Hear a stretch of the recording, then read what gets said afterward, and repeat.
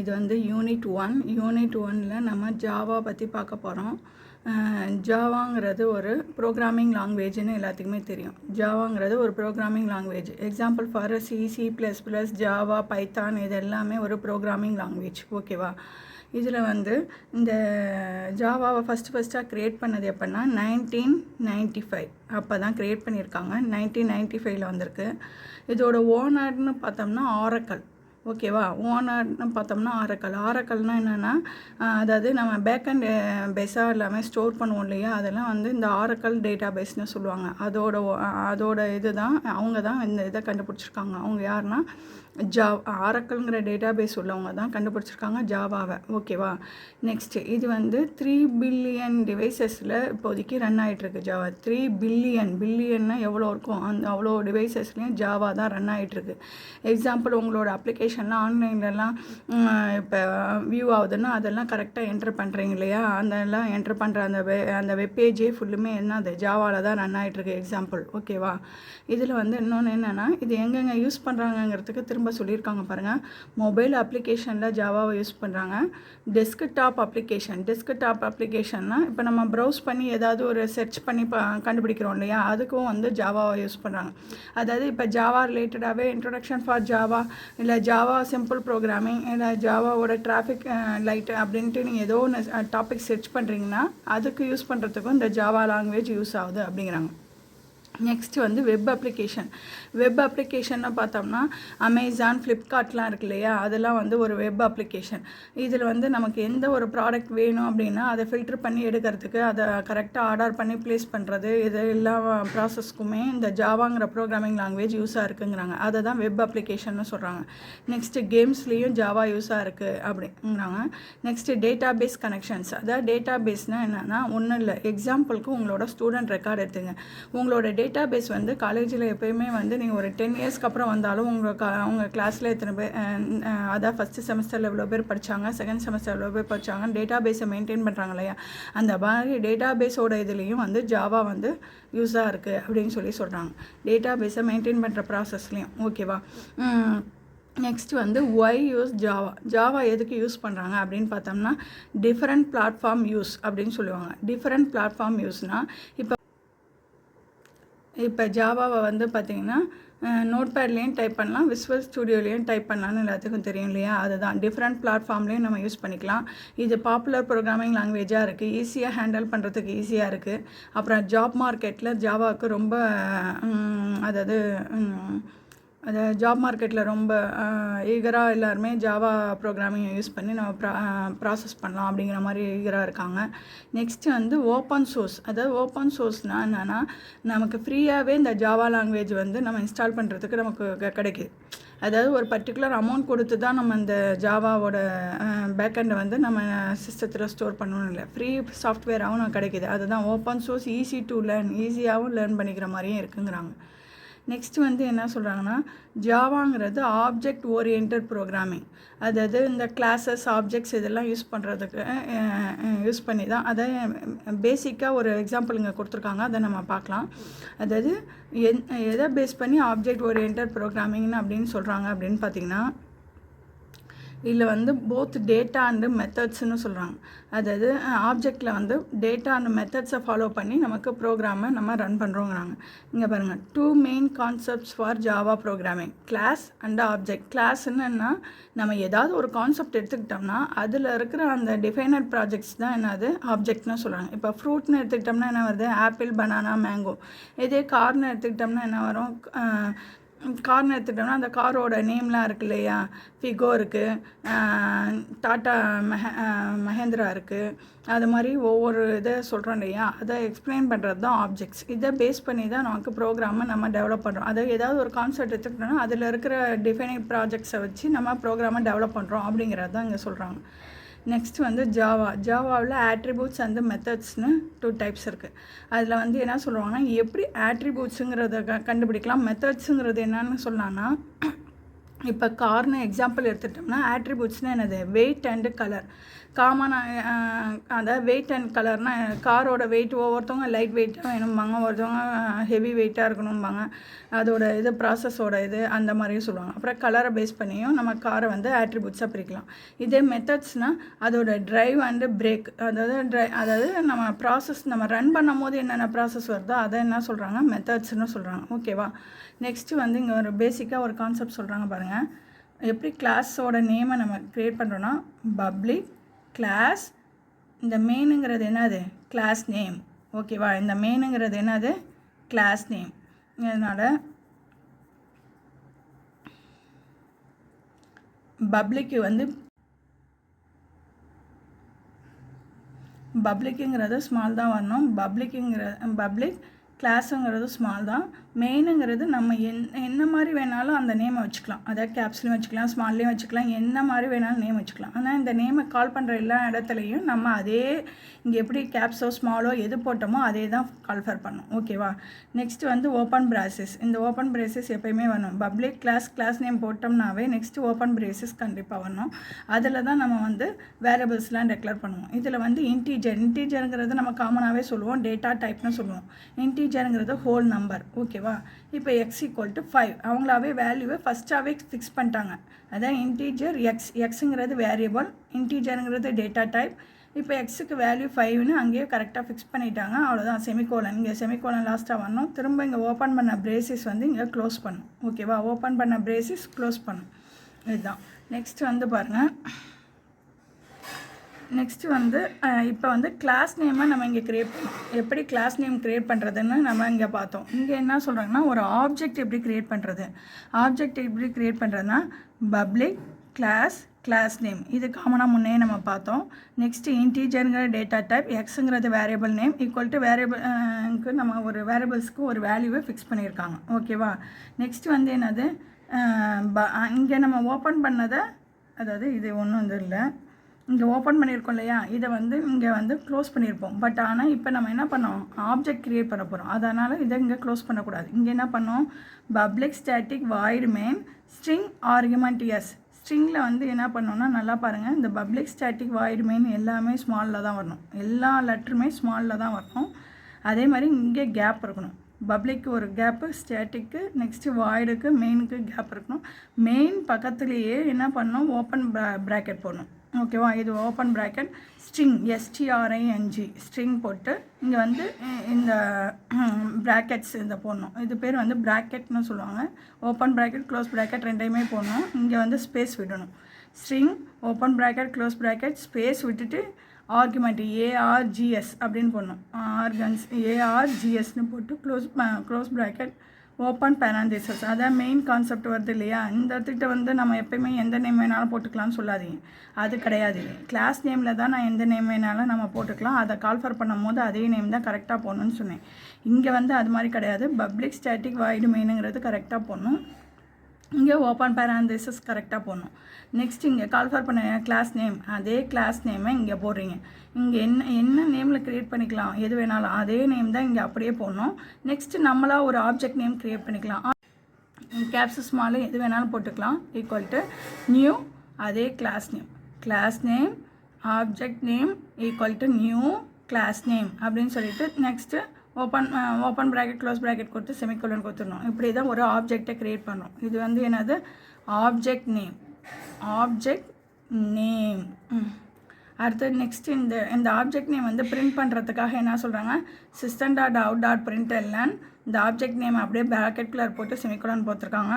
இங்கே ஓப்பன் பண்ண ப்ராக்கெட்டை இங்கே க்ளோஸ் பண்ணியிருக்காங்க, இங்கே ஓப்பன் பண்ணது இங்கே க்ளோஸ் பண்ணியிருக்காங்க. 2 ப்ராக்கெட் க்ளோசிங்கில் வந்திருக்கு. ஓகேவா? அதாவது பப்ளிக் கிளாஸ் நேமில் open bracket integer x = 5, public static void main string argument s open bracket மெயினில் ஆப்ஜெக்ட் க்ரியேட் பண்ணுறோம். New next class name system.out.println. இந்த ஆப்ஜெக்ட் நேம் வந்து இங்கே கால்ஃபர் பண்ணுறாங்க. Close parenthesis. ஓகேவா?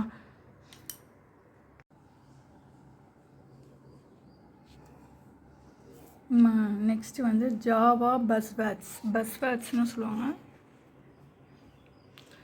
பஸ்வேர்ட்ஸ் ஜாவான்னு சொல்லுவாங்க. இதில் வந்து சிம்பிள், அதாவது ஜாவா யூஸ் பண்ணுறது நம்ம ப்ரோக்ராமிங் லாங்குவேஜும் யூஸாக இருக்குது.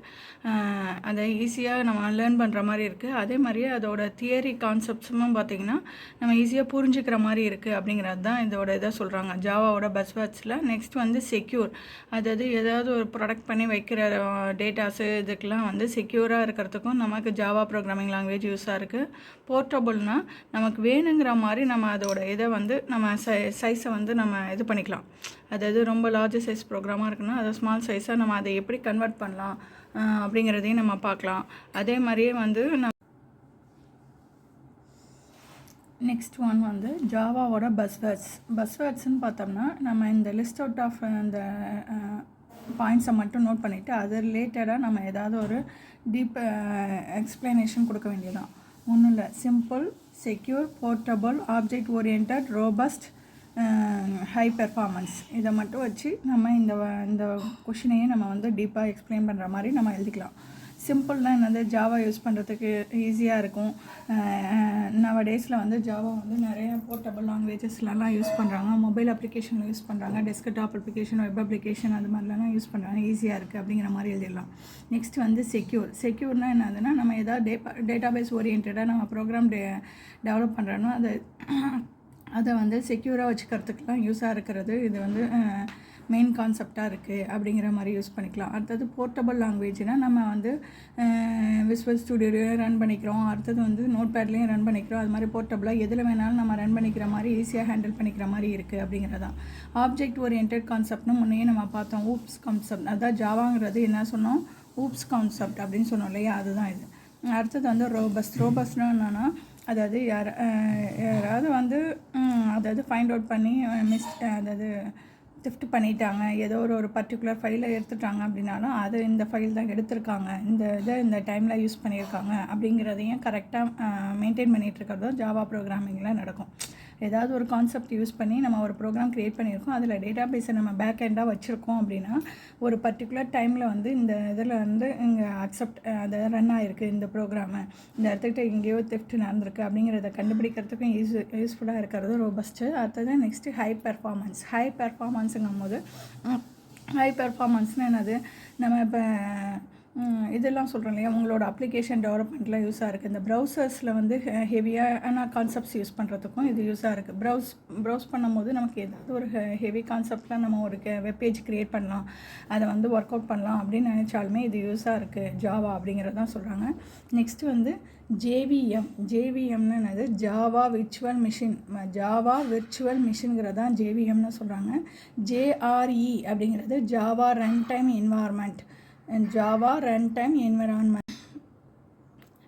நெக்ஸ்ட்டு WORAங்கிறது என்ன சொல்கிறாங்க, ரைட் ஒன்ஸ் ரன் எனிவேர் அப்படிங்கிறாங்க. ரைட் ஒன்ஸ், அதாவது ஒன் டைம் மட்டும் ரைட் பண்ணிட்டோம்னாவே அது எதில் வேணாலும் போட்டு நம்ம ரன் பண்ணிக்கலாம் அப்படிங்கிறதுக்கும் இது யூஸாக இருக்குது ஜாவா அப்படிங்கிறாங்க. ஜேவிஎம்னா ஜாவா விர்ச்சுவல் மிஷின், ஜேஆர்இனா ஜாவா ரன் டைம் என்விரான்மெண்ட், WORAனா ரைட் ஒன்ஸ் ரன் எனிவேர். ஓகேவா. நெக்ஸ்ட்டு பார்த்தோம்னா என்னென்னா, structure of the Java program. ஜாவாவோட ப்ரோக்ராமோட ஸ்ட்ரக்சர் எப்படி இருக்குங்கிறது தான் சொல்கிறாங்க. நான் இதெல்லாம் சிம்பிளாக உங்களுக்கு புரிகிற மாதிரி சும்மா சின்னதாக தான் சொல்லியிருக்கேன். இதை வச்சு நீ டீப்பாக கொஷின் எழுதணுங்கிறதுக்காக தான் நான் அதாவது ஒரு சின்ன கான்செப்ட் மட்டும் நீங்கள் தெரிஞ்சுக்கணும், அதை வச்சு டீப்பாக நீங்கள் வந்து ஆன்சர் ப்ரீஃபாக எழுதிக்கணும். நான் சொன்னதை மட்டுமே வச்சு எழுதக்கூடாது. அதனால் சிம்பிள் கான்செப்ட் மட்டும் தான் சொல்கிறேன், அதை மட்டும் நல்லா படிச்சுக்கிறதுக்காக தான் இது.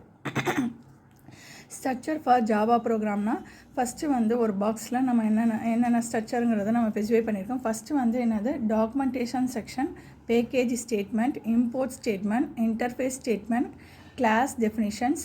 நெக்ஸ்ட்டு தான் மெயின் மெத்தட் சொல்கிறாங்க. மெயின் மெத்தட் கிளாஸில் என்னென்ன இருக்குது, ஓப்பன் ப்ராக்கெட்டில் மெயின் மெத்தட் டெஃபினிஷன் இருக்குது, அடுத்த நெக்ஸ்ட்டு க்ளோஸ் பண்ணிடுறோம். ஓகேவா. இல்லை டாக்குமெண்டேஷன் செக்ஷன் அப்படிங்கும் போது என்ன சொல்லுவாங்கன்னா, நமக்கு ஜாவாவோட ப்ரோக்ராம் இது வந்து ஃபஸ்ட் ப்ரோக்ராம் இல்லை, நீங்கள் இப்போ ஒன்றும் இல்லை, ஒரு ப்ரைம் ப்ரோக்ராம் எழுதுறீங்க அப்படின்னா அந்த ப்ரைம் ப்ரோக்ராமை பற்றி ஒரு ப்ரீஃபாக ஒரு எக்ஸ்பிளைன் ஃபஸ்ட்டு ஒரு லைனை கொடுத்துட்டு அடுத்தது ப்ரைம் ப்ரோக்ராம் எழுதலாம்னு நினைக்கிறீங்கன்னா அந்த இதை தான் என்ன சொல்கிறாங்க, அந்த ஃபஸ்ட்டு லைன் ஐ ஆம் ரைட் ஃபார் ப்ரைம் ப்ரோக்ராம் அப்படிங்கிற ஒரு ஏதாவது ஒரு இது கொடுக்குறீங்கன்னா அதுக்கு முன்னாடி நம்ம ஒரு ஸ்லாஷ் போடுவோம், அதாவது எக்ஸ்பிளைன் பண்ணுறதுக்கு. அதுதான் டாக்குமெண்டேஷன் செக்ஷனுங்கிறாங்க. பேக்கேஜ்னால் நம்ம முன்னே சொல்லியிருக்கோம், இம்போர்ட் java.io.star. இதில் வந்து என்ன சொல்லுவாங்க, அந்த ஸ்டாருங்கிறது தான் பேக்கேஜ்னு சொல்லியிருக்கேன். அந்த ஸ்டார் வந்து என்னது, எல்லா கான்செப்டையும் நம்ம அதில் யூஸ் பண்ணிக்கலாம் அப்படிங்கிற மாதிரி. நம்ம ப்ரைம் ப்ரோக்ராமில் பார்த்தீங்கன்னா ஸ்கேனருங்கிற கான்செப்ட் யூஸ் பண்ணியிருப்போம். அதனால் ஸ்கேனர் பேக்கேஜ் எல்லாமே அதில் யூஸ் பண்ணிக்கலாம் அப்படிங்கிற மாதிரி சொல்லியிருப்போம். நீங்கள் அதை எடுத்து பார்க்குறப்ப பாருங்கள், ப்ரைம் ப்ரோக்ராம் எப்படியா இருந்தாலும் ஃபஸ்ட் யூனிட்டுக்கு நீங்கள் படித்து தான் ஆகணும். அப்போ அதுக்கு எடுத்து பார்த்தீங்கன்னா உங்களுக்கு தெரியும், ஸ்கேனருங்கிற கான்செப்ட் வந்திருக்கும். இம்போர்ட் java.io.starங்கிறது காமன் பேக்கேஜஸ் நேம்ஸ். பட் ஆனால் நம்ம ப்ரைம் ப்ரோக்ராமில் என்ன பண்ணிங்கன்னா இம்போர்ட் java.io.scanner அப்படிங்கிறது தான் ஸ்பெசிஃபை பண்ணியிருப்போம். சரியா? இப்போ அந்த இம்போர்ட்டுங்கிறது தான் திரும்பவும் அதாவது பேக்கேஜுங்கிறது தான் நம்ம என்ன சொன்னோம், ஸ்கேனர் இந்த ஸ்டாருங்கிறது. இம்போர்ட்டுங்கிறது இங்கே தான் முன்னையே நம்ம இம்போர்ட் java.io.starங்கிறத நான் ஸ்பெசிஃபை பண்ணுவோம். அதான் இம்போர்ட் ஸ்டேட்மெண்ட்டு.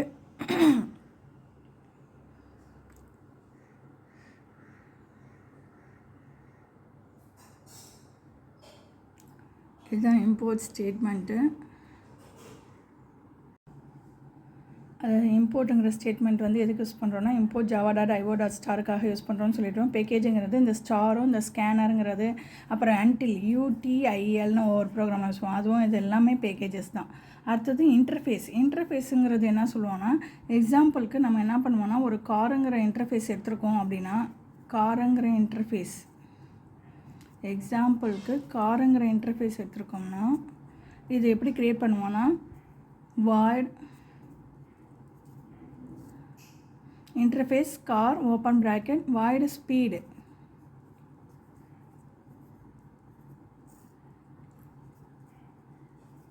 void ஏதாவது ஒரு இதை சொல்லலாம், பிரேக்குன்னு கூட சொல்லலாம், ஏதாவது பிரேக்குன்னு சொல்லலாம், இல்லை அதோட கலரை ஸ்பெசிஃபை பண்ணலாம், ஏதாவது ஒன்று பண்ணலாம். அதாவது காரை ரிலேட்டடாக ஏதாவது ஒரு இன்டர்ஃபேஸ், அதாவது ஏதாவது ஒரு பர்டிகுலராக ஆப்ஜெக்ட் எடுத்துக்கிறோம், அந்த ஆப்ஜெக்டை அந்த பர்டிகுலர் கிளாஸ் எடுத்துக்கிறோம், அந்த கிளாஸை ஸ்பெசிஃபை பண்ணி வர்றதை தான் நம்ம இன்டர்ஃபேஸுன்னு சொல்கிறோம். இப்போ கார்னு எக்ஸாம்பிளுக்கு எடுத்த மாதிரி ஃப்ரூட்டுன்னு எடுத்தோம்னாலும் என்ன, அது முன்னே நம்ம பார்த்த மாதிரி ஃப்ரூட்டுன்னு எடுத்தாலும் என்ன வரும், ஆப்பிள், ஆரஞ்சு, அது மாதிரி ஏதாவது ஒரு இது நம்ம கான்செப்ட் எடுத்துக்கிறோம். ஓகேவா? நெக்ஸ்ட்டு வந்து மெயின் மெத்தட். அதாவது கிளாஸ் டெஃபினிஷன் தான் உங்களுக்கே தெரியும், பப்ளிக் கிளாஸ் நேம் அப்படின்னு சொல்லுவோம் இல்லையா, பப்ளிக் கிளாஸ் நேம்னு சொல்லுவோம்ல, அதுதான் அந்த கிளாஸ் டெஃபினிஷன். நெக்ஸ்ட்டு வந்து என்ன சொல்கிறாங்கன்னா, மெயின் மெத்தட் கிளாஸுங்கும் போது நமக்கு public static void main string argument s, string தான் நம்ம சொல்லியிருக்கோம்.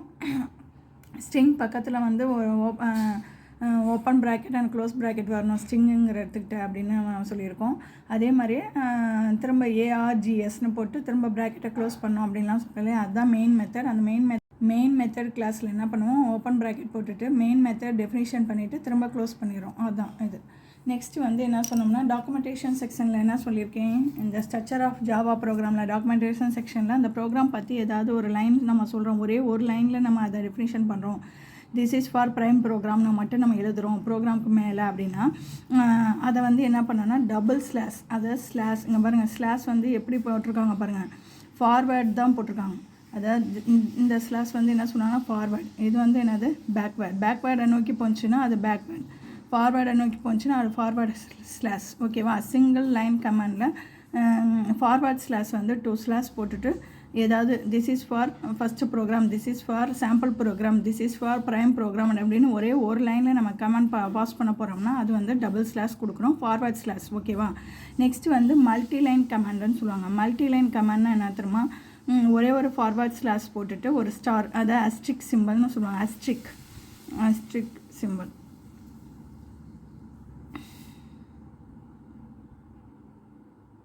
அஸ்ட்ரிக் சிம்பிள் சொல்லுவாங்க. அந்த அஸ்ட்ரிக் சிம்பிள் போடுறோம், அதான் ஸ்டாரை தான் அப்படி சொல்லுவாங்க. அப்புறம் ஏதாவது கமெண்ட் நிறையா ஒரு 2 லைன்ஸ்க்கு பாஸ் பண்ணிவிட்டு திரும்ப அஸ்ட்ரிக் சிம்பிள் ஃபார்வர்ட் ஸ்லாஷ் அதை போடுறோம்னா அது என்னது மல்டி லைன் கமெண்ட்னு சொல்லுவாங்க. சிங்கிள் லைன் கமெண்ட்னா டபுள் ஸ்லாஷ் ஃபார்வர்ட் ஸ்லாஷ், அவ்வளோதான்.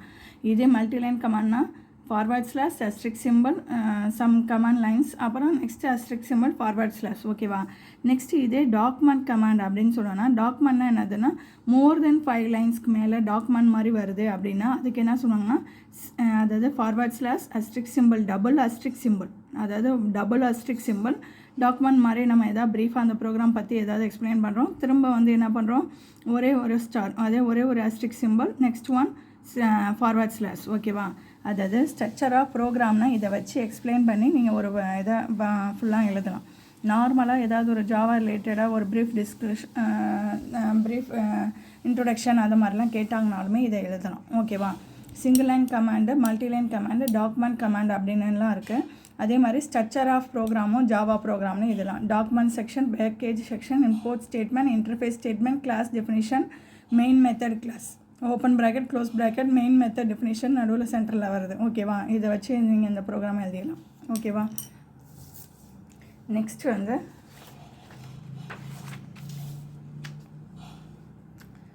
ஜாவாவோட மெயின் மெத்தட் அப்படின்னு சொன்னோம் இல்லையா? ஜாவாவோட மெயின் மெத்தடில் என்னங்கிற ப்ராசஸ் வரும்னு சொல்லியிருக்கோம். Public static void main string. இதில் வந்து எஸ் என்ன வரும்? கேப்ஸ் வருமா? நெக்ஸ்ட்டுங்கிறது இங்கே கேப்ஸ், வேறு எல்லாமே ஸ்மால் தான். இந்த எஸ்ஸுங்கிறது மட்டும்தான் இந்த இடத்துல கேப்ஸ். அப்புறம் ஸ்ட்ரிங்